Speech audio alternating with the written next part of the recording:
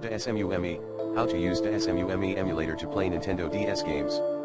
To use DeSmuME Emulator for playing Nintendo DS games on your PC, follow these steps. 1. Download the DeSmuME Emulator.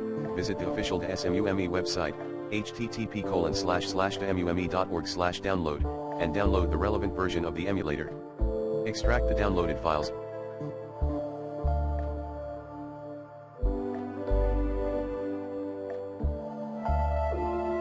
Into a separate folder.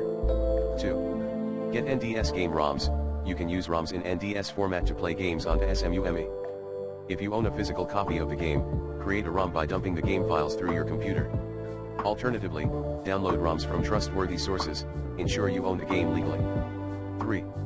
Open DeSmuME. Launch the DeSmuME emulator.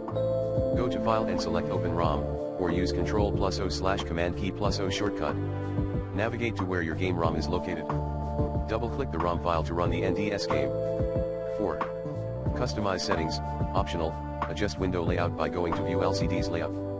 Explore other settings like sound quality, graphics, and controller setup for optimal performance.